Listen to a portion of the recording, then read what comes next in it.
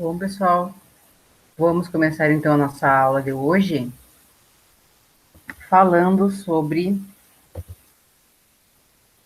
Peraí, tá no slide errado. Bom, agora sim. Vamos começar a nossa aula de hoje falando sobre modelagem de processos. Eu pretendia utilizar a aula que eu fiz ao vivo, que eu fiz síncrona com os guris, na quarta-feira, se não me engano, quarta-feira passada, só que o vídeo ficou muito grande e muito pesado, e eu tentei subir 2 vezes no YouTube e não consegui. Então, eu vou gravar novamente. E também tinha conversa com os alunos, tinha outras coisas ali que estavam no vídeo, né? E aí, para evitar, então, qualquer questão, eu vou gravar novamente. Essa aula é sobre modelagem de processos, mapeamento de processos orientados à entrega. Então, na aula de hoje, nós vamos, de fato, verificar qual é o instrumento que nós utilizamos para fazer a gestão de processos. E o instrumento é esse que está na foto aqui, ó. É o fluxograma. Ele é a base da gestão de processos, é através dele, é por meio dele que nós fazemos a gestão de processos.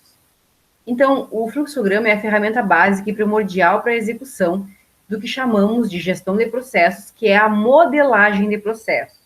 É a modelagem, ou seja, o desenho do processo que constitui a gestão de processos, né?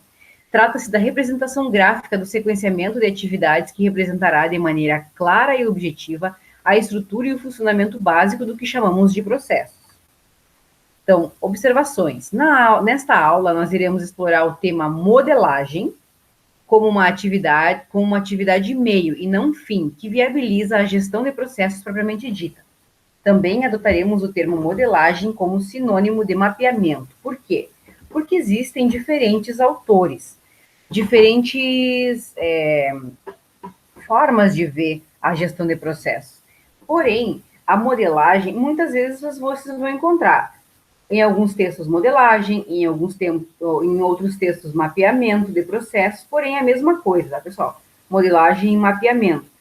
Porque nós fazemos, elas são sinônimos, não são sinônimos em si, as palavras não são, mas aqui, no contexto da gestão de processos, nós utilizaremos como sinônimos do desenho de fluxogramas ou mapas, porque nós utilizamos diversas técnicas, né? Não somente fluxogramas, nós podemos utilizar mapas, podemos utilizar fluxogramas, diagramas, outras formas de desenho. Então, para executar esses desenhos, nós utilizamos a técnica de modelagem e mapeamento. Dessa forma, nós temos, então, a representação gráfica, né? Que é o desenho do meu processo. Que pode ser, como eu acabei de dizer, de um mapa, de um diagrama ou fluxograma. Até eu chegar nessa representação gráfica, eu preciso seguir uma série de etapas. E aí o autor traz a ideia de subetapas da metodologia de implementação da gestão de processos. Quais seriam essas subetapas? Seriam, para eu chegar na representação gráfica, aqui em cima, número 1, eu preciso entrevistar, né, os profissionais da empresa, preciso elaborar os desenhos dos fluxos. Normalmente eu vou utilizar um software, nós temos uma aula mais adiante para tratar disso.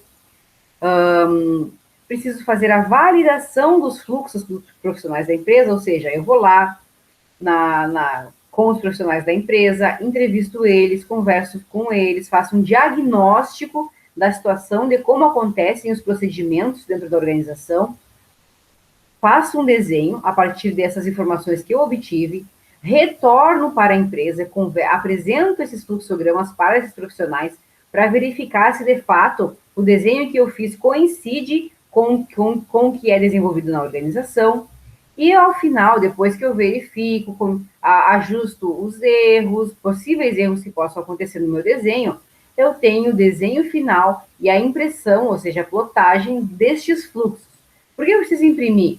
Porque esses fluxos, eles precisam estar nas áreas de trabalho, nas estações de trabalho. Seja ela um chão de fábrica, seja ela um escritório, qualquer atividade que seja desempenhada na empresa, possui uma racionalização do trabalho, que é aquilo que a gente viu lá na nossa primeira aula, né? Possui uma ordem das atividades. E essa ordem das atividades, ela precisa estar exposta para qualquer pessoa que chegue ou que venha por vir a trabalhar, que venha porventura a trabalhar na empresa, a ser novo na empresa, perceba essa figura e consiga visualizar as atividades que precisa desempenhar.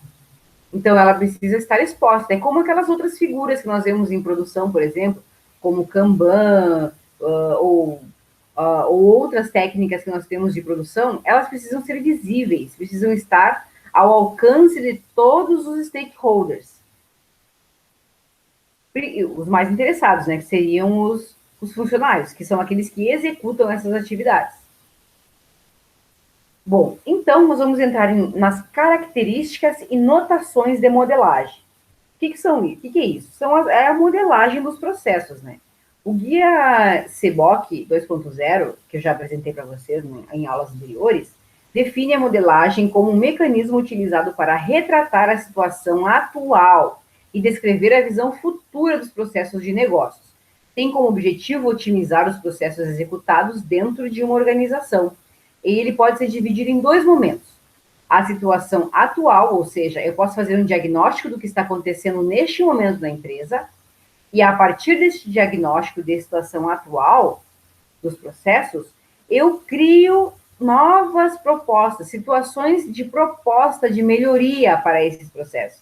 Porque a partir do momento em que eu desenho o meu processo, eu consigo identificar os problemas, os gaps do meu processo, os gargalos, os problemas que acontecem, por exemplo, de atraso na entrega de um setor produtivo para o outro, de uma célula de produção para outra, por exemplo. Isso aí vai entrar a questão do arranjo produtivo, que nós vamos ver também ainda na nossa disciplina. Quanto o arranjo produtivo é importante para não acontecer gargalos, problemas no meu processo produtivo. Então, eu posso fazer a minha modelagem em dois momentos. Na situação atual e, a partir da situação atual, do diagnóstico, do desenho atual, criar novos protótipos de processo para serem adotados pela empresa, observando, né, sempre a questão da melhoria contínua. Traduzindo tudo isso que eu falei, então, a tarefa de modelar um processo trata-se do trabalho de representar graficamente a sequência de atividades que compõem um processo. Eu sempre trago a figura do fluxograma porque ela é a mais utilizada mesmo para desenhar processos. O objetivo da modelagem é representar graficamente, por meio de mapas, fluxos ou diagramas, um processo a ponto de ser compreensível a quem de direito. Quem são as pessoas a quem de direito, pessoal? São os stakeholders da organização. Só os funcionários? Não, porque os funcionários são os principais, né? Porque são eles que desenvolvem o dia a dia da organização e dos processos. Porém, nós temos ali, nós vamos ver mais adiante, que os fornecedores também fazem parte dos processos. Os clientes que demandam esses produtos e serviços também fazem parte do meu processo, precisam estar contemplados também nesses fluxogramas, nesses desenhos, nessas representações gráficas dos meus processos, certo? E também cabe salientar que um processo nunca será a representação integral e completa do processo real, mas se concentrará em focalizar atributos que suportem uma análise continuada. Ou seja, eu nunca vou ter um desenho igual ao que acontece na realidade. Por quê? Porque eu tenho um fator muito preponderante, que é a contingência. Lembram lá da teoria da contingência, lá em TGA? É isso, teoria da contingência o que é a contingência? A contingência são fatos e acontecimentos que podem vir a acontecer ou não dentro de uma organização. Ou seja, teve uma enchente, teve um alagamento por causa da enchente, caiu e inundou o teto da empresa, desabou o teto da empresa pelo peso da água, da chuva. Ou teve um terremoto, não precisamos eu estou dando exemplos extremos, assim, mas eu posso dar um exemplo muito mais que acontece no dia a dia das organizações, porque enchentes e terremotos, coisas no Brasil até nem acontecem, se acontecem é uma escala tão relevante que não impacta assim no físico, né, no mundo físico. Mas Se eu tenho uma máquina que estraga, por exemplo, a minha máquina estragou, ou eu tenho um corte na luz, por algum problema, seja ele qual for, eu tenho um corte na luz, tenho uma máquina que estragou, isso interrompe o meu processo produtivo e causa um impacto muito grande, porque um dia, horas que eu não produzo, que eu fico sem o meu processo produtivo funcionar, é um impacto muito grande que eu tenho na empresa. Então, não chego a dizer que seja um prejuízo, mas pode haver prejuízo a partir dessas horas ou então o meu fornecedor está com um caminhão na estrada e ele sofre um acidente. Eu preciso daquela matéria-prima urgente para suprir o meu setor de produção, mas eu não tenho ela, porque aconteceu um acidente na estrada com um caminhão que trazia a minha matéria-prima, meus suprimentos. Então, isso são contingências que podem vir, são coisas que podem acontecer ou não, e que podem impactar no meu processo. E será que lá no meu fluxograma eu prevejo essas contingências? Eu não tenho como prever toda a sorte de acontecimentos que podem acontecer. Por isso que o meu desenho, a minha representação gráfica, ela nunca vai ser integral e completa do que acontece no processo. Porque eu tenho um funcionário que falta, em função de saúde, de problemas de saúde na família, de morte, eu tenho falta de luz, eu tenho uma máquina que estraga, não tenho equipamento para repor imediatamente, preciso encomendar a peça que queimou, que estragou, e isso causa um impacto muito grande. Essas contingências, elas exigem tomadas de decisão que muitas vezes não estão na minha representação gráfica, no meu desenho de processo. E por isso possivelmente eu não vou conseguir prever tudo que pode acontecer.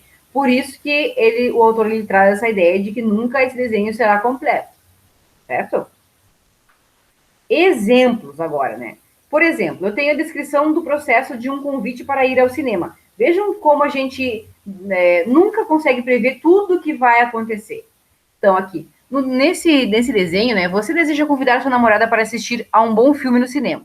Como você está trabalhando, decide convidá-la por telefone. Aí, olha, pessoal, tudo que pode acontecer por um simples convite para ir ao cinema por telefone. Na primeira oportunidade, você liga para ela, mas ninguém atende. Pode ser que ela não esteja em casa. Você decide ligar mais tarde. Na próxima tentativa, o telefone está ocupado. Pelo menos há alguém em casa, você pensa isso. Infelizmente, você é obrigado a tentar de novo. Na terceira tentativa, consegue que alguém atenda o telefone. O irmão informa que sua namorada não se encontra e pede para que você ligue mais tarde. Você não desiste do convite e liga de novo. Agora ela atende. Se não fosse ela, você perguntaria se ela está em casa. Se não estivesse, você desistiria do convite. Se estivesse, pediria para chamá-la. Bem, você faz o convite. A princípio, ela não aceita, diz que está indisposta. Você insiste e consegue que ela aceite. Sem perder tempo, você combina a hora e o lugar. Aliviado, você desliga o telefone. Não parecia que existiam tantas possibilidades e decisões a serem tomadas para fazer um simples convite para ir ao cinema, não é mesmo? Bem, pessoal, vejam quantas tomadas de decisão ele teve que ter para convidar ela, finalmente, para ir ao cinema. Não parece, quando nós pensamos assim, de imediato, vou convidar a minha amiga, o meu amigo para ir no cinema, minha namorada ou meu namorado para ir no cinema. Não parece que existem tantas atividades assim, porque cada vez que ele ligou, representa uma atividade. E cada vez que alguém atendeu ou não atendeu, ele precisou tomar uma decisão. Se era ela, ele convidou ela. Se não era ela, ele teve que tomar uma decisão dele, ou ligar novamente, ou perguntar onde ela estava, ou perguntar que horas ele poderia retornar a ligação. Então ele teve que tomar muitas decisões num simples convite de telefone. E é isso que acontece na realidade do dia a dia das empresas. Para eu fazer um documento, para eu escrever um ofício, um memorando interno ou um ofício que é externo para outra organização, ou executar uma atividade de um processo produtivo no meu dia a dia, parece que as pessoas trabalham no automático, mas não trabalham no automático. Elas precisam tomar decisões a todo momento. E por isso que o desenho do processo, ele facilita muito o desempenho dessas funções, porque ele prevê, ele não é capaz de prever tudo, como a gente viu ali na questão das contingências, mas ele pode sim prever uma determinada quantidade de tomadas de decisões a partir do meu desenho produtivo, do meu desenho do meu processo produtivo. Estou dando exemplo do processo produtivo, mas pode ser de qualquer processo. Vejam como ele é complexo, como os processos são complexos. A partir da própria figura mesmo, de um processo, seja ele qual for. Eu posso ter diversas possibilidades. Então, eu trago aqui o fluxograma desse convite, né? Então, no início, ele telefonou para ela. Aí, o telefone estava ocupado. Ele tinha a opção de, se sim, o telefone estivesse ocupado, dele retornar 5 minutos depois, e aí ele retoma novamente para o início do fluxograma. Se não, se não, alguém atende. Se é ela, sim, se é ela, né, sim, ele convida ela para o cinema. Se não é ela, ele pergunta se ela está em casa. Aí, se sim, se ela não está em casa, ele manda chamar, se ela está em casa. Se ela não está em casa, aí então ele retoma todo o processo novamente, até ela poder atender, ou ele tenta convencer, enfim. Foi o que a gente viu ali. O desenho, esse desenho aqui, ele representa o que a gente viu ali. Todos os processos de tomada de decisão a partir da situação estabelecida. Ou seja, ele telefona para ela, o telefone está ocupado, então ele tem que tomar uma decisão. Se o telefone está ocupado, ele pode tomar a decisão de retornar daqui a 5 minutos, ou ela pode atender. Então, tem diversas possibilidades de acontecer atividades dentro deste processo. Porque o processo ele é composto por diversas atividades. Cada ícone aqui é uma atividade do processo. E cada ícone provavelmente vai demandar uma tomada de decisão ou não. Tá? Sem dúvida, o fluxograma apresenta de forma mais simples e visível o processo utilizado para a realização de qualquer tarefa. Quase que invariavelmente são utilizados fluxogramas nos registros de processos industriais. É onde é mais utilizado, né, pessoal? Nos processos industriais, porque eles precisam ser metodicamente garantidos. Eu preciso garantir que o meu processo ele vai acontecer e da maneira correta, que vão ser gastos, por exemplo, 10 ou 15 minutos em cada atividade, em cada estação do meu processo. Porque lá no final do dia eu preciso ter X unidades produzidas. E elas precisam acontecer, porque lá mais adiante eu tenho o meu distribuidor, que vai demandar uma quantidade X do meu produto. E eu preciso ter aquela quantidade. Porque a cadeia de suprimentos, ela precisa ser completa ou completada. Completada é mais a palavra mais correta. Porque eu preciso receber o meu suprimento, eu preciso processar. Lembram lá da figura do que é um processo? Eu tenho um input ou uma entrada, eu tenho um processamento logo em seguida e tenho uma saída do meu produto, desse processo, seja ele um produto ou serviço. Eu tenho também o feedback, que é o retorno das informações, tudo isso dentro de um ambiente que está sendo monitorado, que está sendo controlado. Isso não acontece assim, eu posso ter o processo e acontecer de qualquer jeito? Não. O ambiente todo, desde a entrada até a saída do meu produto ou serviço, está sendo controlado. Então, por isso, eu necessito controlar todas as etapas do meu processo. Os símbolos utilizados para processos industriais são, em geral, mais simples que os utilizados no exemplo do fluxograma, esse que a gente está observando aqui. Né? Normalmente, são utilizados apenas 5 símbolos para descrever tais processos. E aí, a gente entra, então, na simbologia desses fluxogramas. O que cada símbolo ele representa uma informação específica. Por isso, não adianta eu colocar qualquer desenho, qualquer símbolo. Eu preciso seguir o dicionário dos símbolos, que é este aqui, que é o mais difundido e mais utilizado, tá? Que é o símbolo aqui do círculo achatado, é o terminal, ou seja, eu utilizo ele para o ponto de início e término do fluxo. Tenho esse retângulo, que indica processamento, operações manuais, não só manuais, né, mas qualquer tipo de operação dentro da organização. Documento, quando tiver um documento, eu vou, ou seja ele um relatório, formulário, documento, ficha, Ou, por exemplo, eu quero indicar lá dentro do meu processo que para executar determinada atividade, eu preciso observar um documento, um relatório. Ou preciso utilizar, ou verificar um manual. Então, eu vou acrescentar este desenho de um retângulo com esse desenho aqui, com esse recorte abaixo, tá? Indicando que é um documento. Se é emissão de documento, eu utilizo o mesmo desenho, né, do documento, mas porém ele tem essa indicação aqui, como se fosse uma página, tá? De emissão de documento. Isso a gente vai utilizar quando um documento precisar ser emitido, ou tiver que ser emitido, né? Seja ele em computador ou manualmente. Depois eu tenho aqui esse símbolo que é muito importante, que é um losango, que é o de tomada de decisão. A todo momento em que eu tiver que tomar uma decisão, eu preciso utilizar este símbolo, que indica possibilidades de alternativa. Sim, não, mais ou menos, enfim.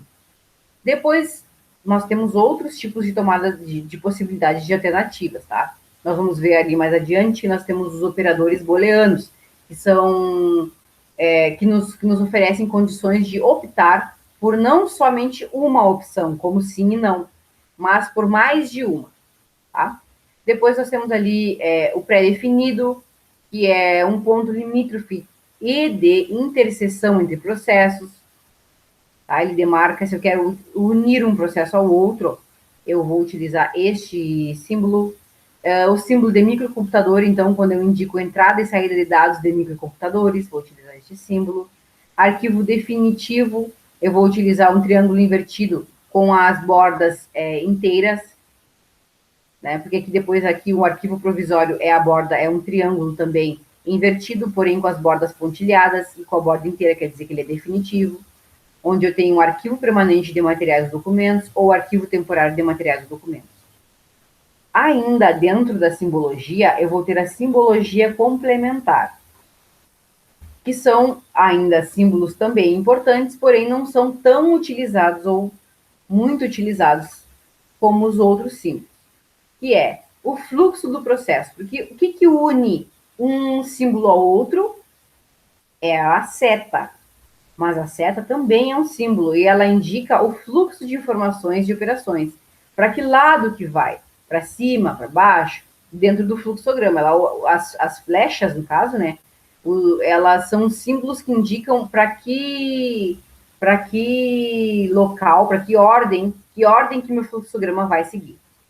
Depois o conector de fluxo também, conexão do fluxo na mesma página. Também eu posso utilizar o círculo, como eu posso utilizar também aqui, ó, este símbolo aqui.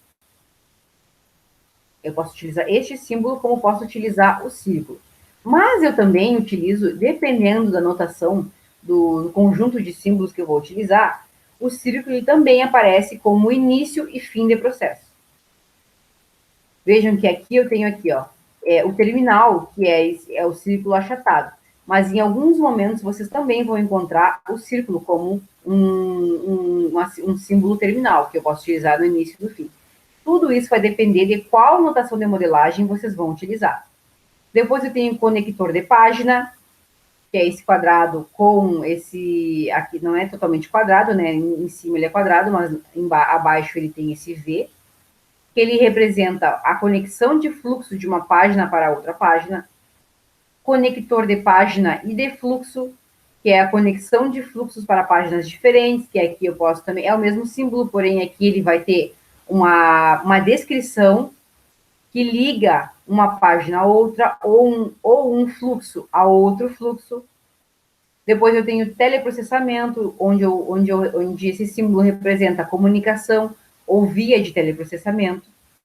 E tenho aqui um sustenido que indica atenção, ou seja, falhas e possibilidades de racionalização. Se eu tenho uma falha no processo, eu vou indicar com este símbolo aqui, que eu preciso rever essa minha parte do processo. E aí eu preciso racionalizá-lo novamente para indicar uma nova forma, ou uma forma melhorada do meu processo. Como símbolos complementares, nós temos também o quadrado, que é o volumes em geral, que indica materiais, peças e outros tipos de volumes que fazem parte de um processo. Tem a fita magnética, que é esse círculo com essa linha abaixo, que indica arquivo magnético em fita, digital, audiotape, digital linear tape ou outros que exijam fita magnética, que provavelmente é muito pouco usado atualmente, em função de que nós temos novas tecnologias inseridas em qualquer processo produtivo, então já estaria até em desuso esse símbolo da fita magnética. Nós temos o título, né, do símbolo, que é o disco, que é o arquivo em disco óptico. Quando eu tenho arquivos em disco e preciso utilizar ou consultar, pode ser em disco óptico, CD-ROM, DVD, entre outros discos, eu vou utilizar esse símbolo. Informações adicionais, eu uso este símbolo aqui, que significa observações, explicações ou algo inserido no processo, ou seja, algo que não é inerente ao processo, mas eu preciso acrescentar informações referentes àquele ponto ali, específico. E aí eu vou utilizar este símbolo aqui. Bom, ainda dentro da nossa modelagem de processos, eu tenho regras básicas que eu preciso seguir, que são, por exemplo, entrada e saída. Todos os símbolos devem possuir entrada e saída, exceto os de término, de fluxo, que possuem somente entradas. Os conectores do fluxo, na verdade, sim. O primeiro, o símbolo de entrada, ele só vai ter uma saída. E o último símbolo do fluxograma, que é o final, ele só vai ter uma entrada. Então, nestes dois itens, eu não vou ter entrada e saída ao mesmo tempo. Somente um vai ter uma saída e um vai ter uma entrada. Porém, em todos os outros, eu preciso obrigatoriamente ter uma entrada e uma saída. Certo? Depois, também, com relação ao término do fluxo, são opções possíveis, né? Vejam que aqui no fim eu só tenho uma entrada. No fim, tá acabando. Então, eu só tenho uma possibilidade. Não tenho outra possibilidade de ter uma saída aqui se já acabou o meu fluxo. Com relação a conjuntos de documentos, deverão ser representados pela sobreposição da simbologia do documento. E ali, no caso, na figura A, né, nós temos aqui. Se eu tenho diversos diferentes documentos que precisam ser tratados juntos, eu vou ter aqui esse símbolo de 3 documentos ao mesmo tempo. Se eu tenho, no caso, que representar um grupo de documentos em que não há necessidade de identificá-los, mesmo que sejam diferentes documentos, ou um conjunto de documentos específico que eu preciso para utilizar para determinado processo, eu vou utilizar o B, que é o mesmo símbolo do documento, só que como se fosse uma caixa inteira. E aqui, se eu preciso discriminar os diferentes documentos, eu vou utilizar esse símbolo que indica que são documentos diferentes. Ou diferentes tipos de documentos.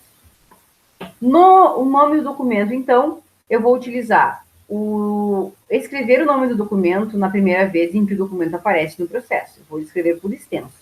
Tá? Solicitação de contratação de pessoal. E depois, basta somente colocar a sua sigla. Então, se eu tenho solicitação de contratação de pessoal, eu vou, no primeiro momento em que aparece essa figura, depois, no segundo momento em que for, ou em outras vezes que eu for utilizar dentro do mesmo fluxograma, eu vou utilizar a sigla. E já está subentendido que se trata deste conjunto de documentos aqui. Ok? Bom, ainda dentro dos fluxogramas, eu tenho, dentro das notações de modelagem, eu tenho tipos de fluxogramas diferentes. Então, os fluxogramas industriais, eles podem ser desenhados de várias formas. Na verdade, não existe norma rígida para sua elaboração. Então, a seguir, alguns exemplos de formatação para fluxogramas. Contudo, os símbolos devem obedecer ao padrão de notação simples universal. Então, pessoal, é o seguinte. O que eu quero dizer com isso? Quer dizer que vocês viram ali que em alguns momentos eu tenho a figura de início de fluxograma, que é o círculo achatado. Mas eu posso encontrar também, dependendo do tipo de notação que eu vou utilizar, somente um círculo, no início e no fim de um fluxograma. Então, por isso, nós precisamos sempre nos atentar a utilizar a notação mais simples possível, pois ela é a mais difundida, pelo menos aqui no Ocidente, né? A mais difundida no Ocidente. que vai ser adotada como uma notação universal. Ou seja, por mais que vocês utilizem, ó, vejam aqui, ó, o exemplo. Eu tenho no início do meu processo um círculo e no final do meu processo também um círculo. E aqui os meus processos de tomada de decisão, aqui uma etapa de processamento que exige um documento, eu tenho aqui o ponto de decisão, né, tomada de decisão, e aqui formas de processamento, e no final o círculo. Mas eu vi lá que o símbolo mais utilizado é o símbolo achatado, mas aqui aparece diferente. Por quê? Porque pode ser utilizada também o círculo. Por isso nós precisamos ter um conhecimento específico sobre dicionário, um conhecimento abrangente sobre o dicionário de notações de modelagem, os símbolos, tá? Bom, ainda nós temos aqui, tá, esse é só um exemplo de que podem aparecer diferentes, e aqui vejam, nesse segundo símbolo aqui, eu nem tenho nem o círculo e nem o outro que é achatado. Eu tenho este símbolo aqui do retângulo com essas entradas, com essas, com essa marca aqui lateral. Isso aqui representa também entrada. Esse símbolo aqui ele representa entrada, saída e processamento. Então vejam que eu tenho diferentes símbolos para cada tipo de notação de modelagem. O que é cada tipo de notação? São formas de fazer processos, de desenhar processos diferentes. E essas formas de desenhar processos diferentes vão trazer símbolos diferentes também. Está errado? Não, não está errado. É uma forma de fazer diferente da outra. Então, aqui, eu tenho o fluxograma linear simples. Vejam que eu tenho aqui, aqui o círculo aparece aqui no meio, eu tenho um triângulo invertido, que ali significa arquivar, né? Arquivar, se ele é inteiro, a borda, quer dizer que ele é um arquivo permanente. Se ela fosse picotada, a borda seria temporária. Então, eu tenho aqui o símbolo de arquivo permanente da entrada do meu processo. E aqui eu tenho o MP, que significa matéria-prima, e o PA, que é produto acabado. Vejam aqui a legenda, está aqui no cantinho. Mas a ideia que eu quero transmitir aqui para vocês é de que o fluxograma linear simples, ele é muito simples e possui poucos variações, poucos processos de tomada de decisão. Então, eu vou ver aqui, ó, por exemplo, eu recebo a solicitação de crédito no início aqui, eu tenho o símbolo do círculo, eu posso ter outros desenhos dentro do símbolo? Posso. Posso não colocar nenhum? Também posso. Aqui neste desenho, eu tenho o símbolo do envelope, porque ele está falando de uma informação, tá? E aqui eu tenho a saída da informação, por isso tem o envelope. Eu tenho esse X também aqui, que alguns colegas comentaram na última aula. Eu tenho esse X, o que significa esse X? Na verdade, ele não significa nada, porque é um desenho que colocaram aqui dentro. O que vale é o desenho externo, que é o meu losango, que significa o quê? Tomada de decisão. Tá? Eu posso inserir outros símbolos, podia ser um coração, podia ser um quadrado, podia ser qualquer outra coisa. Podia ter algo escrito aqui dentro, que normalmente as informações elas vão dentro dos símbolos, para poder representar o que é cada um, porque aqui me diz que é um processo de tomada de decisão, mas relacionado a quê?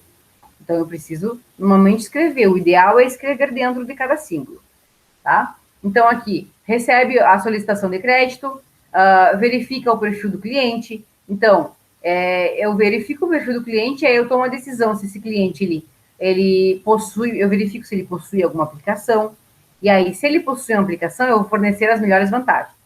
Se esse cliente, ele possui cartão platina, eu vou fornecer vantagens básicas.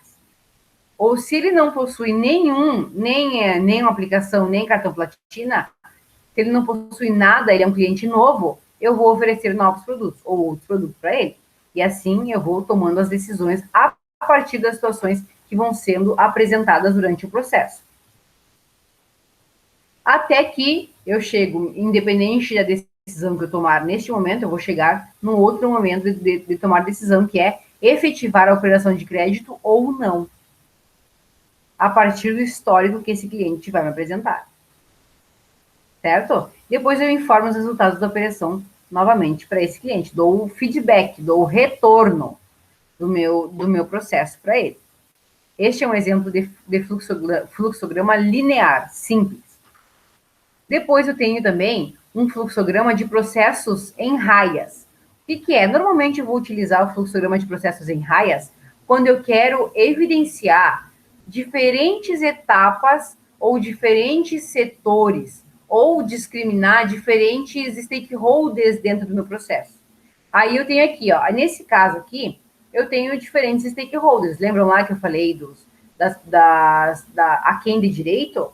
É justamente isso aqui que eu estou querendo dizer. Normalmente eu posso envolver mais de um stakeholder no meu processo. E aqui eu tenho o processar o pedido, que é interno, né? Eu vou utilizar o setor interno da minha empresa, que é o setor de atendimento, de expedição e de cobrança. E também vou envolver outros stakeholders, como a transportadora, que é o meu fornecedor de suprimentos. Eu vou também envolver nesse processo o meu cliente, que é quem me demanda os meus produtos ou serviços. E todos têm etapas no processo respectivos a esses stakeholders. E eu quero evidenciar isso. Para eu não misturar tudo aqui, eu coloco em raias. A raia do cliente, a raia que corresponde à transportadora e a raia que corresponde à parte interna da organização. Compreenderam, pessoal, como é que funciona isso aqui? Eu poderia também utilizar para dentro da organização, especificar pessoas dentro da organização. Eu poderia colocar, em vez de cliente, João, Maria e Antônio. São 3 funcionários diferentes da organização e a cada um deles compete uma etapa do processo. Então, esse aqui precisa estar muito claro, até mesmo para que eles vejam qual é a etapa do processo que corresponde para eles. Eles precisam estar cientes disso. Aqui também nós temos um outro exemplo em raia, porém esse anterior aqui ele é horizontal. Aí eu trouxe esse aqui que ele é vertical, mas a ideia é basicamente a mesma. E aí ele traz aqui o setorial, né? Eu tenho aqui o usuário, o chefe de manutenção, o técnico em manutenção e terceiros. E aí a ideia é a mesma, basicamente é a mesma, só muda porque ele está na horizontal. Também pode acontecer. Tá? Isso tudo vai depender da necessidade que a organização tem para estruturar o seu processo e também da forma como o fluxograma se coloca para que eu possa estruturar ele de maneira mais clara possível, seja ela na horizontal ou vertical. Não é obrigatório ser na horizontal e também não é obrigatório ser na horizontal. Na vertical, tudo vai depender de como eu desenho meu processo e da necessidade que eu tenho para cada um deles. Depois eu também tenho o fluxograma de linhas de montagem. O que é isso, fluxograma de linhas de montagem? Por exemplo, eu tenho uma... Aí isso vai depender do arranjo produtivo que eu tenho, do arranjo físico que eu tenho na minha organização. Eu tenho 3 linhas diferentes de montagem, tá? de processamento de matéria-prima, porém, cada uma depende da outra para acontecer. Eu tenho aqui a linha 1, a linha 2 e a linha 3. Então, eu tenho a inserção de matéria-prima na linha 1, inserção de matéria-prima na linha 2, inserção de matéria-prima na linha 3. E eu preciso, a 2, para funcionar, precisa da 1. Consequentemente, a 3 precisa da 1 e da 2 para poder processar e então eu ter meu produto acabado no final. Então, vejam que muitas vezes eu tenho um fluxograma por linha de montagem, porque uma é sequencial. Ele não é concomitante, é todo mundo fazendo tudo ao mesmo tempo, como esse aqui. Ele é sequencial, então eu preciso obedecer uma sequência e também uma linha temporal. O tempo, esse aqui precisa entrar primeiro. Porque se o segundo depende dele, esse aqui precisa entrar primeiro, para então a segunda linha poder dar seguimento ao processo, e assim, consequentemente, as outras, né? Então, veja como é importante a gente conhecer as formas e as possibilidades de elaborar fluxogramas diferentes. Depois eu tenho aqui o fluxograma de arranjo físico funcional. Esse arranjo físico funcional, ele depende de uma linha de montagem de um arranjo físico celular. Quando nós trabalharmos arranjo físico, nós vamos ver todas as formas de arranjo físico que existem.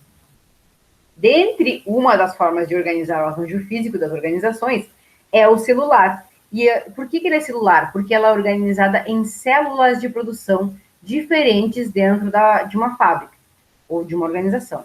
Aqui eu tenho primeiro o torno e uma depende da outra. Eu tenho aqui o torno e eu tenho a prensa, eu tenho a pintura e a montagem. Então, eu não posso fazer primeiro a pintura e depois a prensa. Primeiro eu preciso fazer o torno, para depois, eu tenho a inserção da matéria-prima aqui, que vai para o torno, para então depois ir para a prensa, para depois a pintura e por último a montagem. Tem uma ordem sequencial. E cada estação, cada célula de produção depende da outra. Então, eu tenho que ter esse desenho muito bem organizado, porque o processo ele precisa acontecer de maneira contínua, sem interrupções. Eu também tenho a questão de fluxograma de alto nível e de baixo nível em raias. O que quer dizer isso? Alto nível e baixo nível. Está associado, não é especificamente um tipo de fluxograma, mas ele está associado à concepção e às tomadas de decisão que possuem cada fluxograma. Ou seja, lembram lá dos níveis hierárquicos da organização, onde eu tenho o nível, a pirâmide dividida em 3 partes, onde eu tenho o nível estratégico, tático e operacional, de cima para baixo, né? Estratégico é a diretoria, é a presidência, são os cargos executivos que pensam a organização, é o nível estratégico. E eu tenho o tático, que é a gerência, os supervisores, e eu tenho o operacional, que é o chão de fábrica, são os operários. Então, quando eu tenho um fluxograma de alto nível, quer dizer que essas tomadas de decisão, elas são tomadas pelos níveis tático e estratégico. Quando eu tenho um fluxograma de baixo nível, independente se ele é em raias ou não, eu trouxe aqui só o exemplo, tá? Mas é independente se ele é em raias ou não. Quer dizer que eu tenho uma tomada de decisão operacional, quando ele é de baixo nível. E de alto nível é quando ela é em nível estratégico e tático. Eu também tenho ainda os princípios de um fluxograma. Quais são os princípios de um fluxograma? Eles são 4. É o princípio da evidência, o princípio da análise, da síntese e da enumeração. Quando eu desenho um fluxograma, quando eu concebo o fluxograma, quando eu crio o desenho, quando eu faço a modelagem, eu gosto de utilizar bastante palavras, porque são várias palavras que eu utilizo para definir a mesma coisa, que é o desenho do fluxograma. Eu preciso observar esses princípios. Vamos ver o que diz cada um deles. O princípio da evidência é não aceitar nada como verdadeiro, enquanto não for convencido como tal, de modo a procurar evitar a precipitação e a prevenção contra determinados fatos. Ou seja, no momento em que eu desenho um fluxograma, lembram lá das contingências? Eu preciso observar que o meu desenho do processo ele não é estanque, ele não é definitivo. Pode ser que aconteçam as contingências. E aí eu preciso estar preparado para aceitar que fatos podem acontecer, fatos não previstos podem acontecer no meu processo, e então atrapalhar o meu processo. Não deixar que esse processo se desenvolva da maneira como deveria. O princípio da análise é fracionar as dificuldades em tantas partes quantas forem necessárias, de modo a facilitar a sua compreensão e o seu entendimento. Ou seja, dentro de um processo, eu tenho inúmeras atividades. É o conjunto de atividades que compõe meu processo. Um processo. É um conjunto de atividades. Então, eu preciso diluir, esmiuçar, tornar assim, um processo minucioso de cada atividade dentro do meu processo. Quanto mais eu fizer isso, mais claro vai estar para os stakeholders que vão desempenhar as funções. Porque aí eles vão visualizar, porque o objetivo do fluxograma é esse, é visual. Então, eles vão visualizar todas as etapas e as atividades que compõem um processo. Então, o erro, a possibilidade de erro diminui com essa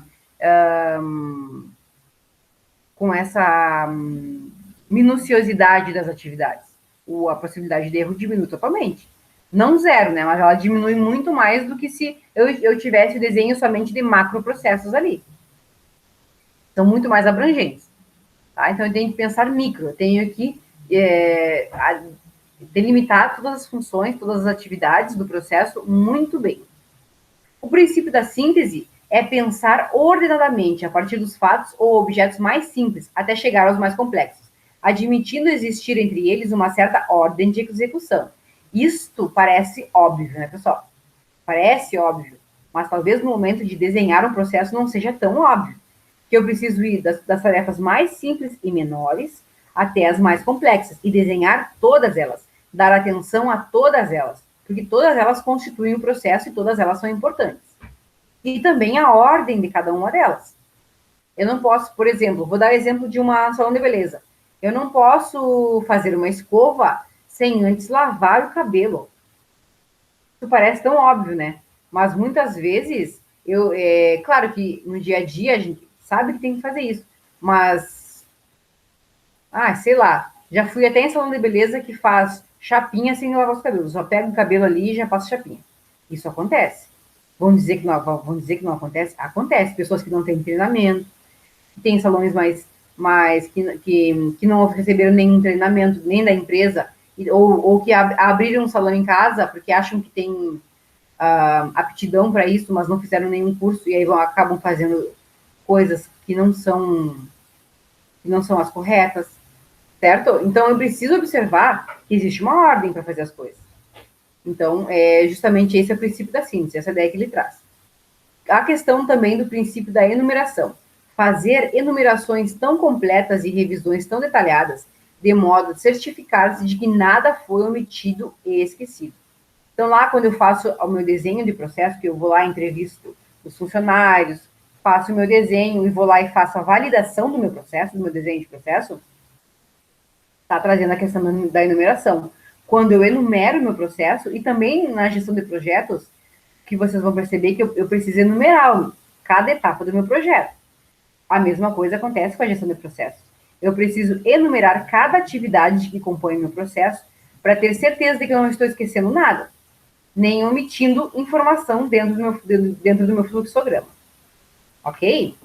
Bom, eu vou parar por aqui. Ainda tem uma segunda etapa da nossa aula, que é metodologias de mapeamento, mas eu vou retomar em outro vídeo, tá? Para ficar mais curtinho, então. Até mais, pessoal. Até o próximo vídeo, na verdade, né? Até o próximo vídeo.